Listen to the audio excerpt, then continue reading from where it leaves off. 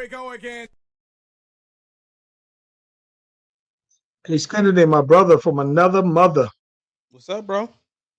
Man, out here in Shreveport, though, trying to hold it down for a hot minute. That boy out there traveling.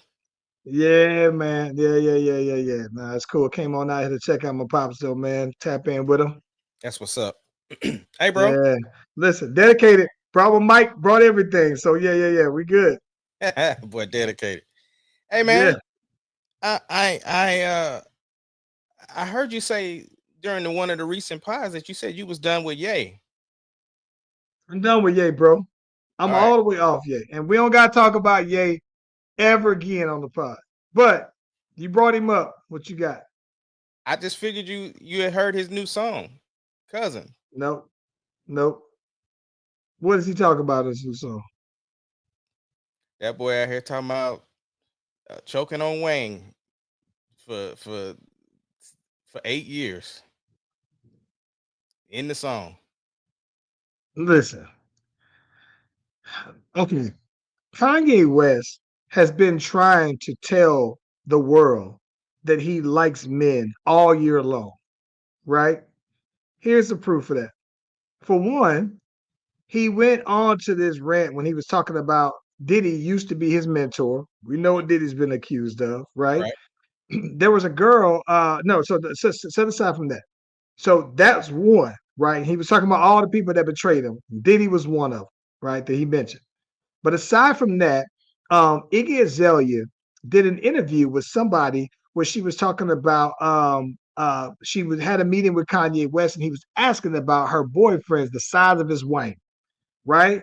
And she was like, "Is it big?" He was like, "Is it big? I bet it's big. You ain't even got to tell me it was big." And she said, "I'm thinking like, bro, why is you so interested in the size of my man's wang, right?"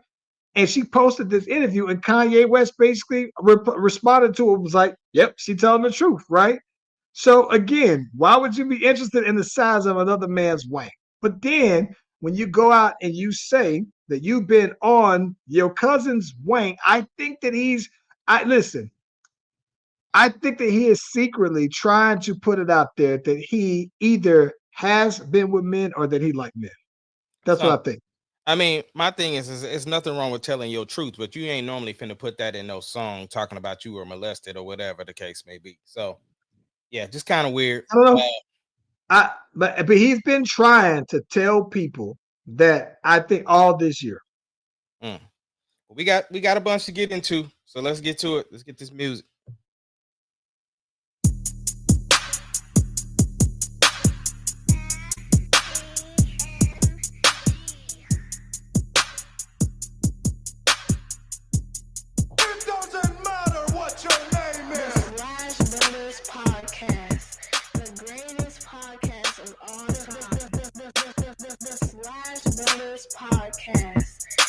The greatest podcast of all time. Yep.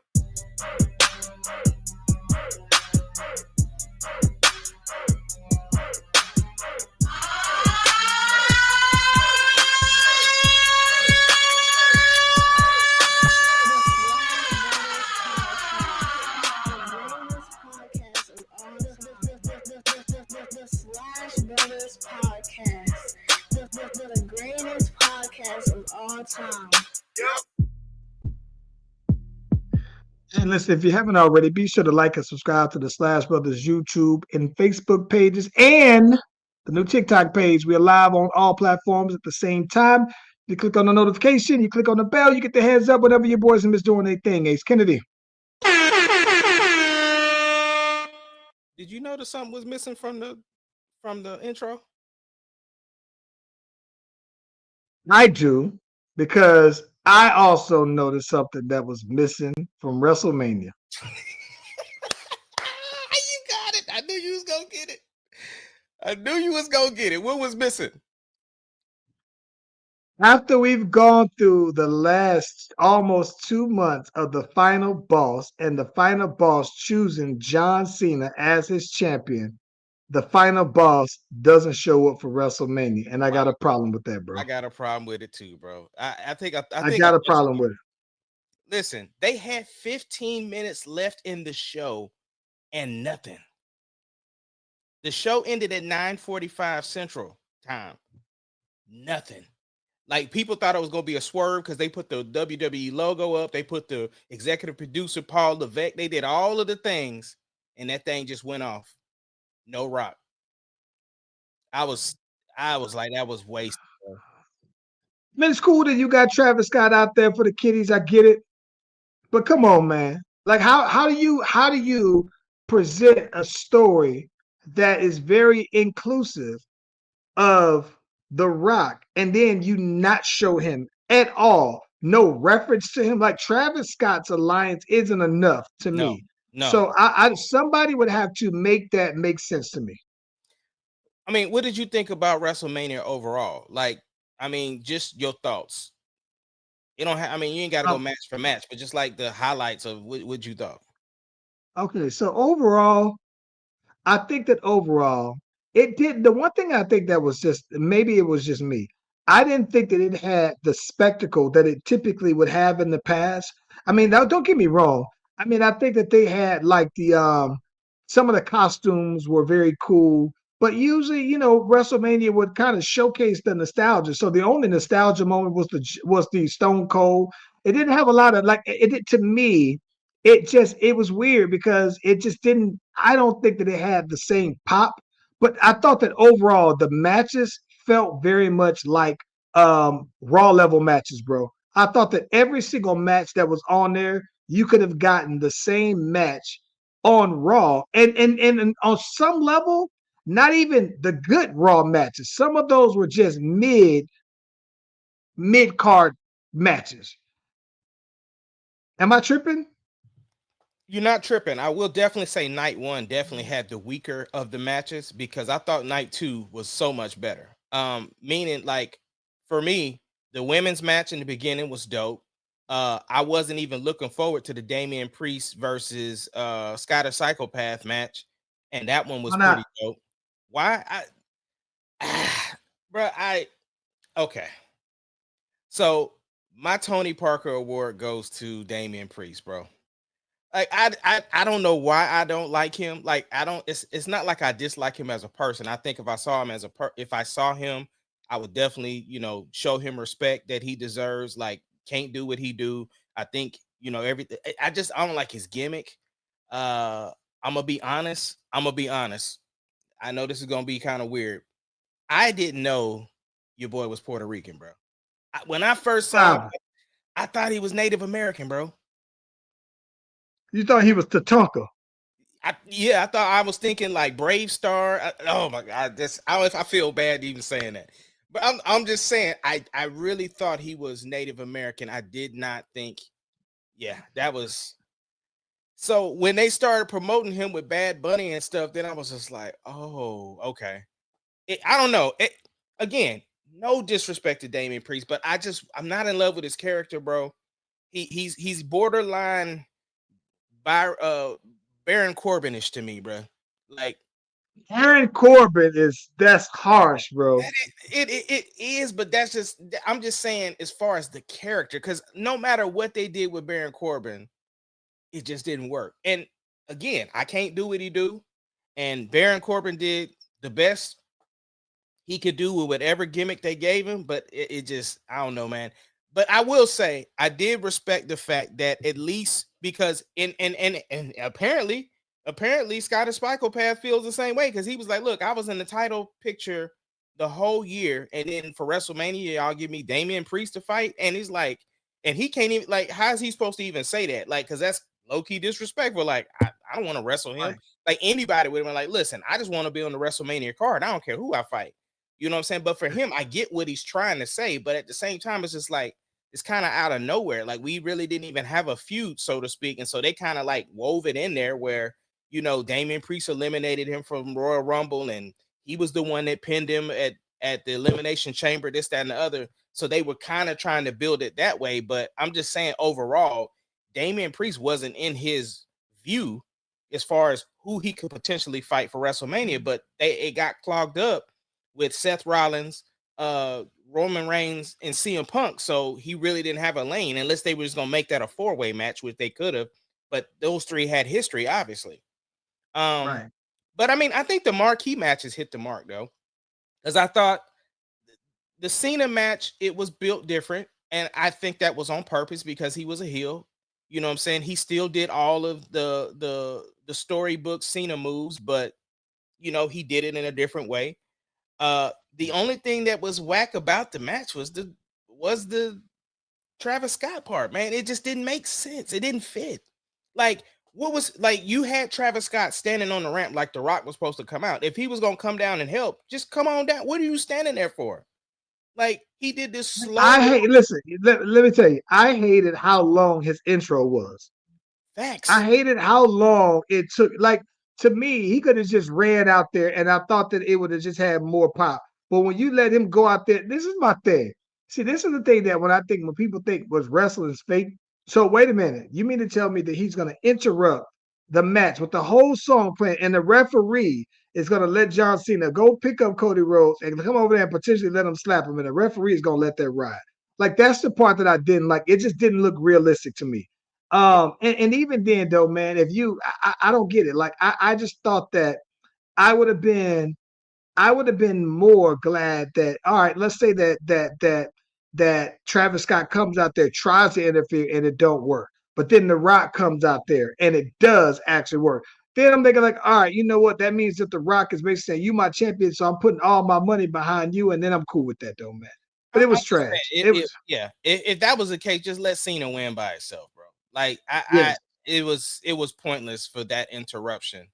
You could have still had the same moment where Cody was going to decide to hit him with the belt or not. He low blow him and then do his thing and pin him out. I was just like, womp womp. I mean, now that was the right outcome to me.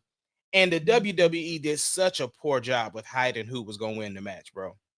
Poor job. Think about it. What was the sponsor of WrestleMania? Well, that match. The drumsticks. Drumstick. What was on the drumsticks belt? We John Cena. saw that. I saw Hold that, on. but Hold on. No. They went a step further. That wasn't it. Then they had the drumstick commercial. Who was the star of the drumstick commercial? I didn't see the commercial. John Cena. Hold on. They went further than that. They advertised the Raw after Mania. Who was supposed to be on Raw after Mania? Well, I'm assuming John Cena, John but Cena. also John Cena was also on Pat McAfee the next day. Yeah, he was. And they went a step further than that. Cody Rhodes, it was advertised that Cody was taking some time off after WrestleMania. What champion takes time off after WrestleMania? So they did a poor job of even letting people, like, we knew the outcome. And to get it is the right outcome. We talked about this weeks ago. If you're going to have anybody break Ric Flair's record, it has to be John Cena. Well, I got a question. Does this now make John Cena the GOAT? I don't think it. I don't think this changes anybody's mind, right? The number of I don't. I think if you would have, this is why. If you would have let John stay John the whole time, I think so, right? But I think anybody who still thinks Stone Cold is the GOAT, that's still your GOAT. If you still think The Rock is your GOAT, that's still your GOAT. If you think Hogan is your GOAT, it's still your GOAT. No. So let me tell you, I think the opposite. And I'm going to tell you why. I think that for me, and I don't want to be a prisoner of the moment because sometimes I can be. I think that if I had Ric Flair, no. I think that if I had Ric Flair as number one, which I don't remember if I did, but I do think that it puts John Cena as the GOAT. At the end of the day, John Cena is the GOAT now. John Cena is better than Hulk Hogan. In terms of the superstardom, as a wrestler star, as a WWE star, he is better than Hulk Hogan. And I think that him also having the 17 times tops Ric Flair as well. I think that even though Ric Flair, when it comes to the promo aspect, is second to none, but John Cena was the close second. And I think that the now this does do it for me. It makes him the GOAT. I think John Cena is now the GOAT. I can see Over The Rock, over Stone Cold. See, I can see why you would say that because you switched from Jordan to LeBron. So for me, like I said, there's nothing LeBron can do. Well, I told you there would be something he could do, but it is not gonna happen. So for me, Jordan, it doesn't matter what essentially what LeBron does, Jordan is still my GOAT, right? But I can understand why you would say that because he has all the accolades to be placed over Jordan. And not just that, what I can appreciate is that even though they seem like they are giving it to him as a send off, I still respect that it's like to me, this is like his last Tom Brady Super Bowl ring, where you win it so far after the last time you won one that's impressive to me. So yeah, for me, it moves him to where I think that his resume is updated now to where it's GOAT. I He mean, updated his resume. but that's the thing. For me, though, John Cena isn't far off. Anyway, he's on my Mount Rushmore. You know what I'm saying? Sure. So, Yeah. like I said, for me, you know, it's weird because I grew up such a Hogan guy, and he's just turned out to be such a POS that he's moved Yeah. so far down. Like and that's really tough because I typically don't allow somebody's personal life to affect their professional life, but Hogan is just sliding hard, bro. And Well, I think that the reason why, you know what, I think the reason why is because unlike times when we talk about like R. Kelly and we are separating the man from the music, I think that um, Hulk Hogan's recent turn, right, has been associated with him being Hulk Hogan. It ain't like it's Terry Bosa or whatever. His things are as Hulk Hogan, so I think that it's more visible now. no, I get it. I mean, yeah, Listen, I I think think that overall, though, here's the thing I think. The one thing that I'm gonna tell you this of all, right? I thought that the reason why, if I had to rate this Raw, I would give it a B minus. And it's I think that the to me, surprisingly, the match that I thought was the big, oh, this is a crowning Raw, I mean Raw, a WrestleMania moment. Of all things was probably Dominic Mysterio winning. It was the biggest surprise. It was the one that I thought had the more grand finish. It had the more grand interest because again, nobody thought that he was going to win, and then the crowd actually cheered for him when he won. So I thought of all things, it was. I mean, outside of John Cena, of course, winning, I thought that the Dominic Mysterio was the biggest surprise, and I think to me was the only the it was only two true Raw moments. And I thought that was it. WrestleMania got there. I don't know WrestleMania about that. moment. I had to disagree a little bit. I think the Joe Hendry thing was pretty dope. I know you didn't know who he was, but it's a big deal. Like that was a big deal. I thought they handled it poorly because that's somebody else's champion that you allowed somebody from WWE to beat in 4 minutes. So that's a whole nother thing. I thought the man coming back was dope. Um, I thought the man coming back was dope. the Seth Rollins turn was dope. I didn't see that come, like I didn't all the way see that coming. I saw him maybe swerving on CM Punk, but I didn't see him swerve on OTC as I, well. I got a I got a question for you then. Mm-hmm. What then does the future of WWE looks like for their heavyweight Mm-hmm. contenders? Because again, you think you had the Scottish psychopath Mm-hmm. out there, and he just kind of got marked out. But now you got Roman Reigns, you got Cody Rhodes, now you got CM Punk, you got Seth Rollins, right? And there was this rumor that Brock Lesnar would also be sliding back. But let's say even aside from that, because Brock doesn't come back without being the champion. Right. But here's my thing though. What happens? What is the Easy. direction then? Oh, this is so easy. So easy. Cause see, right now Roman doesn't need the belt. And you got CM Punk in the mix, and you got Seth Rollins in the mix. Those are your heavyweights. The story right now is John Cena. Everybody's trying to get the belt off of him before he retires because he said he's taking the belt home. So who was his first opponent? Randy Orton comes in there, RKO's him. That's a great first match. That's a great first match. It is. It is. And So listen, I love the selection of Randy Orton. because I think that I told you, I think Randy Orton is the standard to me. And so I think that to me, he is the next up when it comes to the number with 14. Now, that would mean in order for him to get the John Cena record, he would have to have a historic run of basically being a champion for like the next 4 years, basically, in order for him to hit 18. So I don't think that that's going to be, but a good person for him to have a classic match with. Yeah, but I don't think that Randy Orton's going to, again, I don't know I just think the direction of the heavyweights right now is just everybody's going to be, because I even think a CM Punk versus Cena match should happen before he retires. Who ultimately takes over after John Cena wins, regardless of if John Cena, if he loses it, or he walks away with it and they start over, who is getting the push as the champion, in your opinion, from the WWE? I mean, you can still bring Cody back, bro. Like, the thing is, if And I ain't even mentioned Cody. So yes. I So you know, got 6 potential guys. but that's why I'm saying, that's why I mean by CM Punk and Rollins and all, they have a whole separate thing going on, and those are your heavyweights because they just started a brand new heel faction. Like Heyman has Seth Rollins. He also has Steiner's son. Oh my gosh, I can't think Ron of his name. Breaker. Ron Breaker. Those two have started a heel faction because what happened was Seth Rollins came out there to address the crowd. CM Punk came to come beat him up.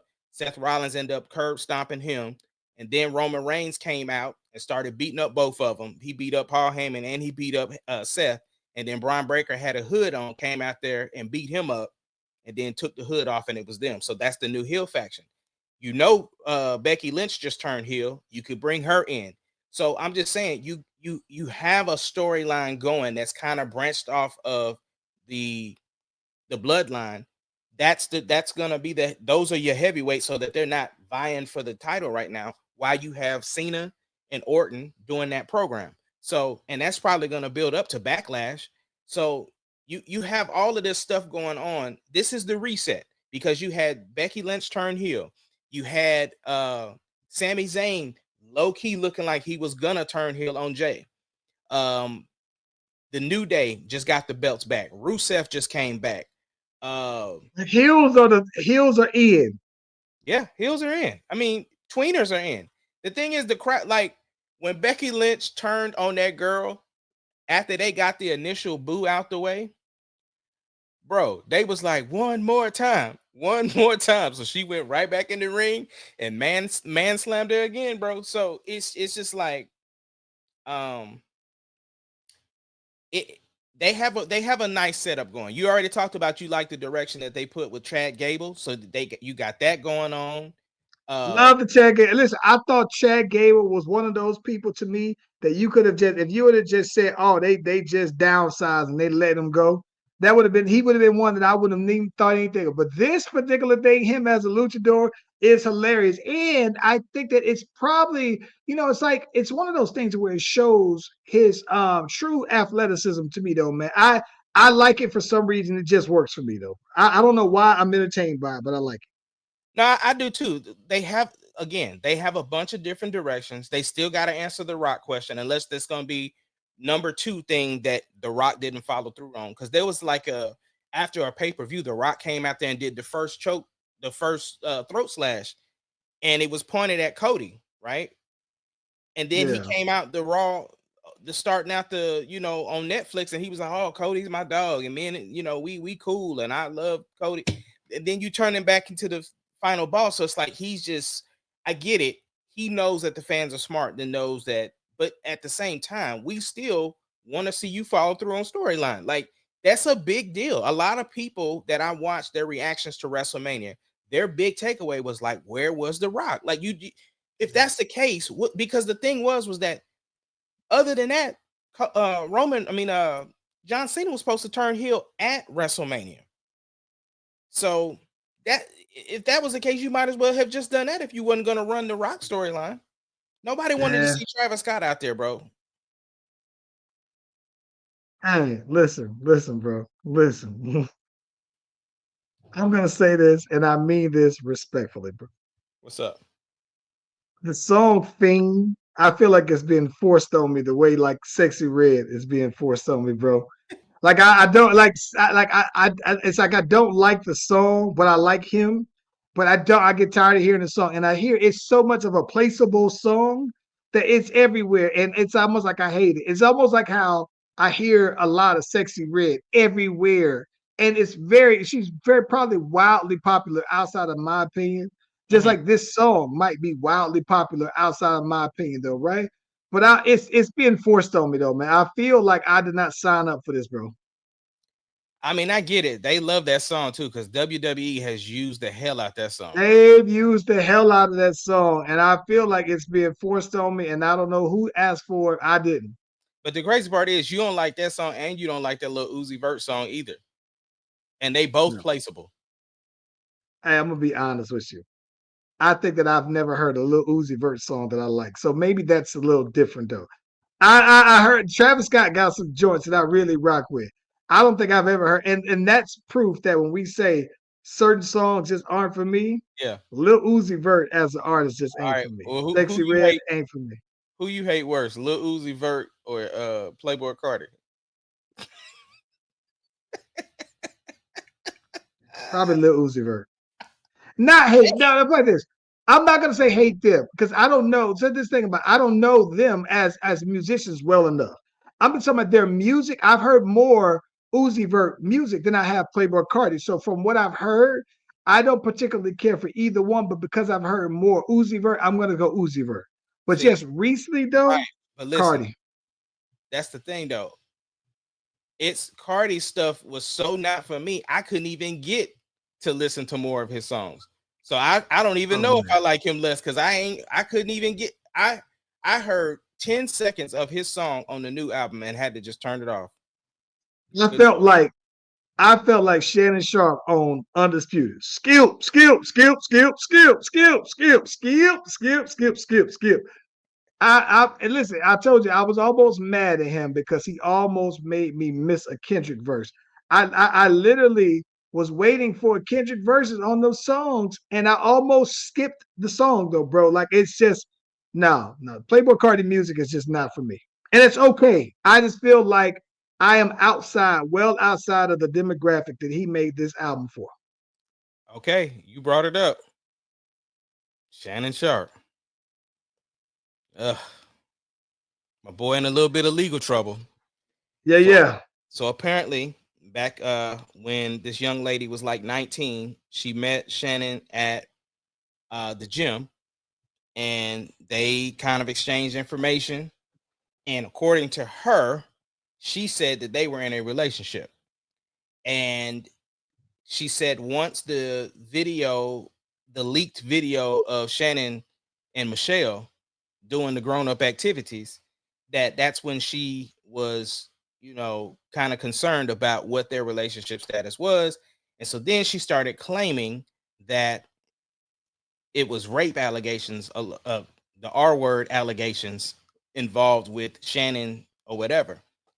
And Shannon is like, no, no, no, no, no. First of all, the video that's released is very edited. We asked to see the real video, the uncut video, and then they also had receipts of old girl asking for very, very kinky things. The thing is that with that particular event, it's her word against his. But the problem is she hired Tony Busby. Yeah. Anytime you mention Tony Busby, that automatically makes your credibility go down immediately. Thanks. And Tony Busby is out here trying to say, well, no, we tried to provide this and they were going to offer a settlement and this, that, and the other. And Shannon then pulled back because they was like, listen, no, we'll see y'all in court because this is you trying to go after the money. You know what I'm saying? And she was trying Right. to say, yeah, when we was in a relationship, certain things were consensual, but things then weren't consensual, and he was aggressive and he said this to me, and he's forceful and he's this, he's that. So yeah, it's a bunch of back and forth, but honestly, I think Shannon's gonna come out on top. Shannon is a very, very private person, so he hates this is even out there. But when things do happen, he takes full responsibility and he knows how to handle business. He got his lawyer and his team involved, so I do think he's gonna come out on top. And of course, now the girls' pictures have surfaced all over social media. And yeah, it's not looking good. She said that basically he wound up SAing her in her apartment in October and then again in January. Bro, listen, I'm gonna say this. I'm gonna tell you this. Um I like the way that Shannon Sharpe went about it because he came out and flat out said, "No, this is a lie. It's a lie. It's a money grab." Mm-hmm. And so I like that he was like, I'm not gonna imply nothing. I'm gonna tell you exactly where I stand. And I think that usually people won't take that stance because they're like, I'm gonna let it play out in court. I'm gonna go ahead and let y'all see whatever. He was like, no, she lying. That's just the bottom line though. And all they doing, y'all know how this dude MO is. He just looking for the money grab or whatever, and Yeah. he is looking for a settlement basically. But they talking about 50 million. And I think that if she was just like, hey, well, if he settled for 5 M's, we cool. I think that Shannon Sharpe, I love to see Shannon Sharpe countersue and sue her if that's indeed the Well, case, bro. I think so because I think in the beginning, like most celebrities, he probably was just gonna take care of it to just get it off the radar, right? But once they started, saying all of the different things and bringing out the quote unquote evidence, that's when he was just like, nah, we're gonna push this thing to court. I will fight religiously on it. Because the thing is, when you do fight, it does kind of deter someone else from doing it because they know that you will do whatever to prove. Because again, we talked about this kind of last episode too. The celebrities have NDAs, and I'm sure that the way Shannon is set up, there's some NDAs and there's other things, but he keeps his receipts too if there is not. Like, because he's like, listen, I'm a grown up, that's a grown up. And I'm sure that Shannon was probably like, nah, I'm not in a relationship. Because Shannon talks very openly on Nightcap about his relationship status. He's passion and passing. And so she was just a regular on rotation, brother. Yeah, I'm listen. I'm gonna be honest. I like how forward he is with his position. Mm-hmm. And listen, I'm not gonna say like just because I'm not gonna lie. Because I like him as a personality. I don't want that to be a reason why I excuse anybody that I just like. But I'm gonna say I like his approach. I like that if you said no, this is this. He said this is a shakedown. This is what they're saying is not true, and I do respect that. If you feel like that's what it is to you, then say it. I think that he put his word by it, and I appreciate that. Well, it's also the consistency of character. We're basing stuff off of his character based upon what we already know about him. And I get there's always going to be some sense of bias when you like a personality, but at the same time, this isn't the first time that we've seen something scandalous around him and how he's handled the approach the last time. You just agree that, hey, you agree with the way he handles things and the way he conducts his business, that you understand his consistency approach. Right. No, 50 M's is a lot though, bro. When you talking about for somebody who you used to date, like nah, I'm cool on that though, bro. But like I said, I think at this point he's even going still pretty mild. He can go harder. I want to see him go all the way if that's the case. Go Cardi B. Yeah, absolutely. Go Cardi B. Absolutely. Yeah. Hey, bro. Something else I wanted to bring up that I wanted to get. Oh my God, bro. Listen, you caught up on The Last of Us? No, listen. I haven't even started watching it yet. Oh my Charles Venus, listen to I'm gonna watch it tonight. Episode 2, bro, gonna change the game, bro. Episode 2. Dang. Listen, Charles, listen. Episode 2, and I'm gonna go there. Episode 2 has got Game of Thrones worthy stuff in it, as in like bloody wet. What's the red wedding? It's got red wedding. It's got the Dark Knight vibes. Like when I say the long night vibes. Yeah. There's other things I could mention, but now I'd be spoiling some stuff. I'm just saying. I'm gonna watch it tonight, bro. Listen, episode 2. I'm just telling you, you ain't gonna be. I was in disbelief. That's all I can say, bro. It was, and the first episode was good, but it was just kind of like, all right, we getting back into it, But episode 2 reminded me why this show was so dope, bro. I was like, yeah, I'm glad that people aren't spoiling it on Facebook. Like they just said, yo, The Last of Us. I haven't seen anybody say anything about it. Okay, yeah, they've been referencing it, but they haven't spoiled what actually happened, and I respect that. I'm glad about that. So, Yeah, what you got going on for the week, bro? man, for the week, I'm finally gonna get to check out Center soon, so I'm excited about that. Uh, Other than that, man, just trying to get back a different routine. I'm definitely gonna be trying to get back in the gym soon. I'm definitely gonna be trying to get back in the lab soon. Things are gonna finally start to kind of try to mellow out. So that's what I'm looking forward to. So that's all I'm trying to work towards this week. And of course, I'm And watching I'm my in Street. boys. Yeah. I'm in Shreveport this week though, man. So I'm hoping to get a chance to catch up with some more of my Shreveport peoples as well. Tapping in with my dad, make sure he's straight though, man. Got a couple of things I'm trying to wrap up with him. But the cool thing is though, man, is that I think that when I was on my road trip, it gave me the opportunity to listen to some more production and man, got some pretty dope ideas that I'm hoping to get back to when I get back to the crib. But overall, though, man, yeah. Pretty excited. I'm trying to chill on out, though, man. That's what's up, bro. You need it, man. We all got to get away sometimes. So I'm glad you out there chilling with the fam, and hopefully you can get some things done. But yo, we are the Slash Brothers. We appreciate y'all for joining us. Kind of a shorter episode today, but you know, things is going on. Things just ain't the same. So we trying to get it popping.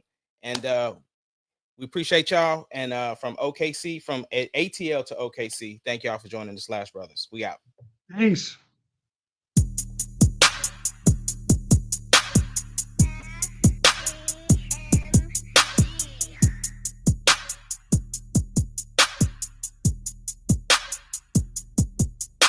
The Slash Brothers Podcast, the greatest podcast of all time. Still missing the rock. The Slash Brothers Podcast, the greatest podcast. Can you dig it, sucker? Yep.